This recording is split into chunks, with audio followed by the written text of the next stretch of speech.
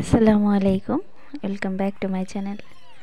তো দেখতেই পাচ্ছেন আজকে সকাল সকাল ইলিশ মাছ আর হচ্ছে ডিম পোচ। উফ, অমৃত অমৃত। সকালবেলা ধোয়া ওঠা ভাতের সাথে যদি এইরকম একটা ডিম পোচ আর হচ্ছে ইলিশ মাছ ভাজা থাকে তাহলে তার কোনো কথাই নেই।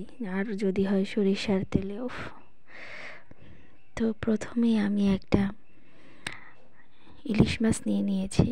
তো আমি একা, সেজন্য একটা ইলিশ মাছের পিস নিয়ে নিয়েছি। তো সেটাকে আমি লাল লাল করে কড়া করে ভেজে নেব। ভেজে নিয়ে পাশে একটা ডিম ফাটিয়ে নেব। তো ডিমটা পোস্ট করে নেব। তো আমার মতো কারা কারা এরকম খাবার বেশি পছন্দ করো অবশ্যই কমেন্টে জানাবে। আর এদিকে দেখো ইলিশ মাছ দিয়ে লাউ দিয়ে রান্না করছি, কাঁচা ইলিশ মাছ দিয়ে। উফ, অসাধারণ একটা ফ্লেভার আসতেছে, অসাধারণ। তো তোমরা যারা যারা আমার এই রান্না খেতে খুবই পছন্দ করো অবশ্যই কমেন্টে জানাবে, অবশ্যই জানাবে কমেন্টে। তো সবাই ভালো থাকবে, সুস্থ থাকবে। আসসালামু আলাইকুম। ও, আর হ্যাঁ,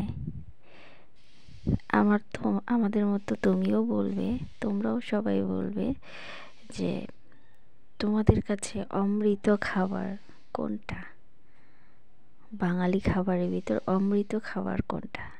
তো আমার কাছে অবশ্যই ইলিশ মাছ। ইলিশ মাছটা একদম অমৃত।